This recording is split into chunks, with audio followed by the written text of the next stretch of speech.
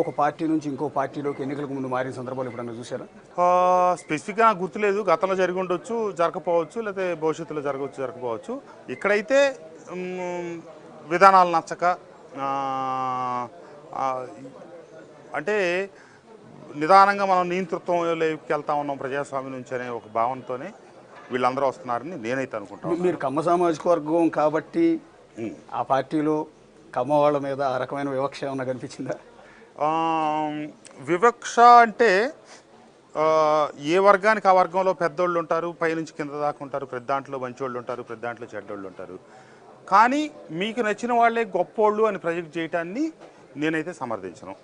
ఆ, ఈ ఈ ఈ మీ సామాజిక వర్గానికి మొత్తానికి ఈయనే మీకు ప్రధానమైన నాయకుడిగా వాళ్ళు ప్రొజెక్ట్ చేయకూడదు కదా. కమ్మ సామాజిక వర్గం వాళ్ళ నాయకుడు ఎవరనేది వాళ్ళు ప్రొజెక్ట్ చేసుకోవాలి.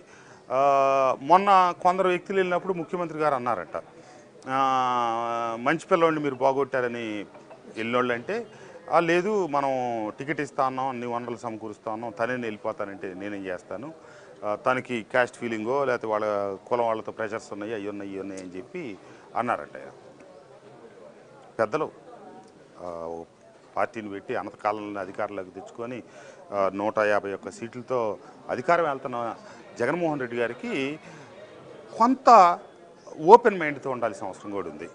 ఎందుకంటే 2018లో చంద్రబాబు నాయుడు గారు ముఖ్యమంత్రిగా ఉండి ఒక సంవత్సరం ముందే నన్ను పిలిపించి, కృష్ణప్రసాద్ నువ్వు మా పార్టీలోకి రా, నీకే సముచిత స్థానం ఇచ్చి ఏదో సీట్ ఇచ్చి నిన్ను ఇది చేపిస్తాం, పతిపాటి పుల్లారావు గారితో నువ్వు ఫాలో అని చెప్పి వారు చెప్తే, నేను కాదు కూడదు, ఒక్క అవకాశం ఇవ్వమని నేను వస్తున్నాడు, యువకుడు ఏదో ఉత్సాహంగా ఇంకా అభివృద్ధి చేస్తారనే ఉద్దేశంతో నేను వచ్చి సంవత్సరం ముందే మైలవరంలో వైఎస్ఆర్ కాంగ్రెస్ పార్టీ పగ్గాలు తీసుకొని ప్రభుత్వానికి వ్యతిరేకంగా బలమైనటువంటి, అప్పటికి 4 పర్యాయాలు గెలిచి 5వ పర్యాయం ఎన్నికల్లో నిలబడుతున్నటువంటి దేవినేని ఉమామహేశ్వరరావు గారికి వ్యతిరేకంగా అక్కడ పోరాటం చేసి కేసులు పెట్టించుకొని నానా గొడవ, అడుగు తీసి అడుగేస్తే గొడవ. నేను పెట్టించే సగటు ఫ్లెక్సీ ఏజీ 2 నుంచి 4 గంటల నుంచి 6 గంటలే. అది నిద్ర చేసేది కదా ఫ్లెక్సీ, కొత్త ఫ్లెక్సీ తెచ్చి కడితే. అట్లాంటి పరిస్థితులన్నింటిని అధిగమించి 151 గెలిచాక 151 గెలిచామనుకున్నాం, కానీ 2018లోనో లేకపోతే ఎన్నికలకు ముందో 151 వస్తే నీ రాష్ట్రంలోనో ఎవరు ఊహించలేదు కదా. ఆ రకంగా ఎంతో కష్టపడి గెలిచిన మాకు ఆ 151 సీట్లే వైఎస్ఆర్ కాంగ్రెస్ పార్టీకి శాపమైంది. ఎందుకంటే కష్టపడి గెలిచిన వాళ్ళ విలువలు ఆ గాలిలో కొట్టుకుపోయినాయి. ఇక అంతా గాలివాటంగా వచ్చారులే అనే ఒక ధోరణి ఏర్పడింది. సరే, నేను గతంలోనే చెప్పాను, ఇప్పుడు చెప్పాను, రేపు చెప్తాను, గెలుపుకి అభ్యర్థికి కావాల్సిన వాటిలో 95% ఓట్లు ఖచ్చితంగా పార్టీయే ఉంటాయి.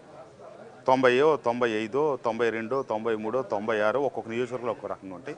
మిగిలిన 100కి రీచ్ అవ్వడానికి, ఆ గోల్ రీచ్ అవ్వడానికి అభ్యర్థి, అతని వ్యక్తిత్వం, అక్కడ పనిచేసుకునే విధానం, కలుపుకెళ్లే విధానంతోనే ముందుకెళ్ళాలి. ఆ రకంగా మేము చాలా కష్టపడ్డాం. కానీ మా విజయాలకి శతకోటి లింగాల్లో ఒక బోల్డ్ లింగాలుగా మిగిలేమని తప్పితే కష్టపడి గెలిచిన వాళ్ళ ఖాతాలో అయితే మేము ఎవరు రాలేకపోయాం. కాబట్టి ఆడింది ఆట, పడిందే పాటగా సాగిపోయింది.